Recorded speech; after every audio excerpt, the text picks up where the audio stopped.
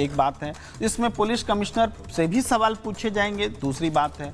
तीसरी बात है कि पुलिस कमिश्नर ने प्रेस कॉन्फ्रेंस करके एक बात कही थी कि मीडिया हमारे बारे में हमारे डिफेम कर रहा है, उसने कहा था। तो उसके बाद में और आक्रमण तेज हुए उन पर।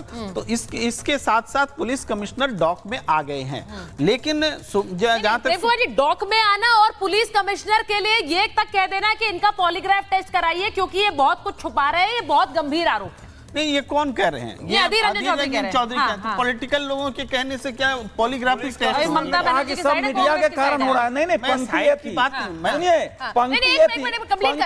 सब मीडिया के कारण हो रहा है, पुलिस कमिश्नर ने कहा है। मैं अपनी बात कह रहा हूँ। देखिए, एक बात तो यह कि सुप्रीम कोर्ट ने सरकार पर उंगली उठाई है। जब कपिल सिब्बल से वो सवाल कर रहे थे कि ट्रांसफर क्यों हुआ प्रिंसिपल का, तो ये सरकार पर ही सवाल है ना, सरकार पे सवाल है। तो ऐसा नहीं है कि ममता बनर्जी सरकार ने, सुप्रीम कोर्ट ने सवाल नहीं उठाया। लेकिन सुप्रीम कोर्ट से हम भी निराश हैं। निराश इसलिए हैं कि उन्होंने, जैसे डॉक्टर के साथ जो हत्या हुई है, कहां हुई है? डॉक्टरों के बीच हुई है, हॉस्पिटल में हुई है। और तो प्रोटेक्शन और रक्षा और सुरक्षा का सवाल डॉक्टरों के लिए पूरे जो जनरल क्वेश्चन रहा है, उस जनरल क्वेश्चन को इस लड़की के साथ में जोड़ दिया गया है। इस लड़की को न्याय कैसे मिले, ये सवाल गौन है, ये सवाल खत्म। आप डॉक्टर को प्रोटेक्शन दे रहे, हड़ताल यही चर्चा नहीं, आज मैं यही चर्चा कर रहे हैं। आज मैं यही चर्चा करना चाहती हूँ कि इस लड़की को इंसाफ कैसे मिले और क्या वो मिल पाएगा, क्योंकि जिस तरह की इन्वेस्टिगेशन अभी तक हुई है उससे ये जानकारी क्या हासिल हो पाएगी कि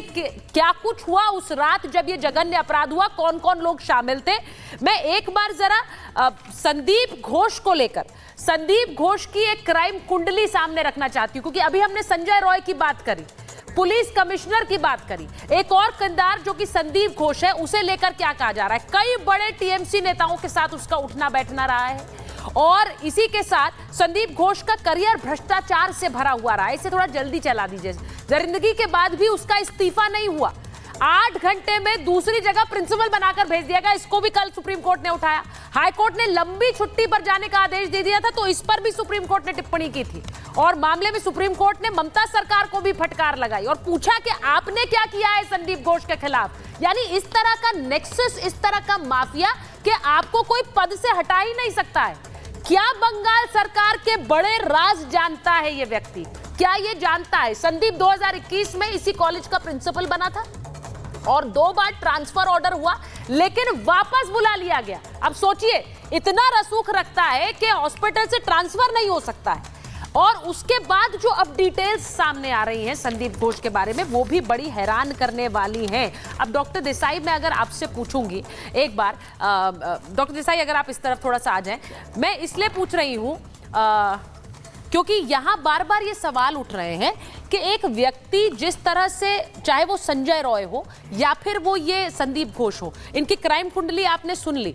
रात को आप, क्योंकि एक साइकोलॉजिस्ट हैं और क्रिमिनल साइकोलॉजिस्ट हैं, ये बेहतर बता पाएंगे कि एक व्यक्ति देर रात शराब पीकर वहां कोलकाता के एक रेड लाइट एरिया में जाता है, उसके बाद रात को आता है, इस तरह का क्राइम करता है, कोई उसे किसी तरह का कोई डर नहीं था क्या? क्या ऐसे लोगों को, क्योंकि उनकी आप बेहतर समझते हैं साइकोलॉजी। मैं कहना ये चाहूंगा सबसे पहले कि क्रिमिनल साइकोलॉजी इंडिविजुअल्स को ज्यादा स्टडी करती है। जो नेक्सस है पॉलिटिक्स और अंडरवर्ल्ड और प्रशासन का, वो जरा इस क्षेत्र से बाहर हो जाता है, ये सामाजिक समझ हो जाएगी।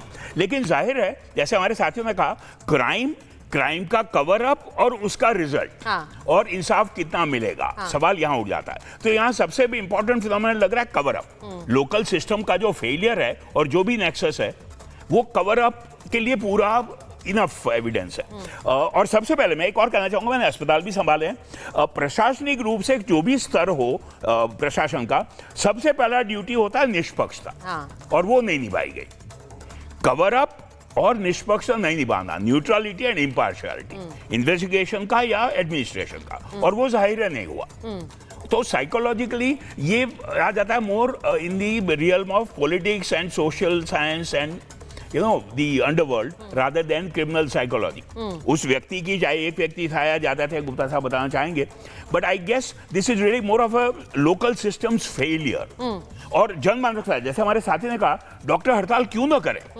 एक लेडी डॉक्टर अपने ड्यूटी रूम में अगर सेफ नहीं है तो डॉक्टर्स का रोष तो फैलेगा। बट ये दो चीजें हैं, जैसा आपने कहा, ये दो चीजें हैं। डॉक्टर डीके गुप्ता भी हमारे बीच आ गए हैं, फेलिक्स हॉस्पिटल के चेयरमैन हैं।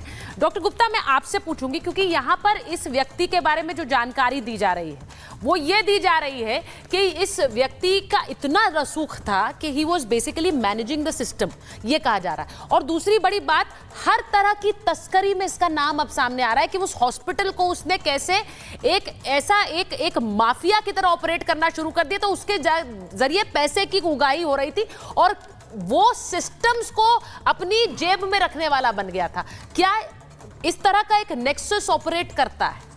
देखिए, नॉर्मली जो मेडिकल कॉलेजेस होते हैं उनका एक बहुत बड़ा बजट होता है, बिकॉज इसमें अंडर ग्रेजुएट सीट्स होती हैं। मेडिकल कॉलेज में एमबीबीएस बच्चे कर रहे होते हैं, एमडी कर रहे होते हैं, प्लस मेडिकल कॉलेज में एक 700-800 बेड का एक अस्पताल होता है जिसकी मेडिसिन हैं, इक्विपमेंट्स हैं, परचेज है, बहुत बड़ा मंथली एक्सपेंडिचर होता है जो हॉस्पिटल को रन करने के लिए चाहिए होता है।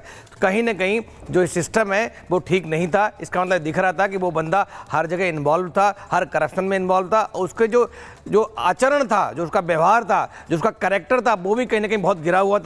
जिस तरह से बात करें, आज उसके डीएमएस ने बोला है, डिप्टी मेडिकल सुपरिटेंडेंट ने उस पर आरोप लगाए हैं कि वो बहुत सारी ऐसी हरकतें करता था जो सामाजिक नहीं है किसी तरह से भी। और मेडिकल कॉलेज एक ऐसी जगह है जहां पे एक बच्चा जो है, जो सपना होता है पेरेंट्स का और बच्चों का कि हम मेडिकल कॉलेज में जाएंगे, एमबीबीएस करेंगे, एमडी करेंगे और देश की सेवा करेंगे, देश को सुरक्षित करेंगे, कोविड जैसी बीमारियों से बचाया डॉक्टर्स ने। जब डॉक्टर मेडिकल कॉलेज के अंदर, हॉस्टल के अंदर, जहां पे सबसे सुरक्षित मानी जाती जगह, वहां सुरक्षित नहीं है, और वो भी एक ऐसे राज्य में जहां पे एक फुल बहुमत से सरकार चल रही है, पूरा लॉ एंड ऑर्डर उनके हाथ में, होम मिनिस्ट्री उनके हाथ में, हेल्थ मिनिस्ट्री उनके हाथ में, फिर उसके बावजूद भी उसका मर्डर हो जाता है, ब्रूटल मर्डर हो जाता है। उसके बाद वहां पे रिनोवेशन के नाम पे कमरे को तोड़ दिया जाता है, वहां पे जितने भी प्रूफ हैं, सबूत हैं, उनको सबको मिटा दिया जाता है। साथ में जो मेडिकल कॉलेज का प्रिंसिपल है उसको पनिश करने की जगह, जेल में भेजने की जगह, एफआईआर करने की जगह, उसको वहां से छुट्टी पे भेज के और दूसरा लूप बना के दूसरे मेडिकल कॉलेज में प्रमोट कर दिया जाता है।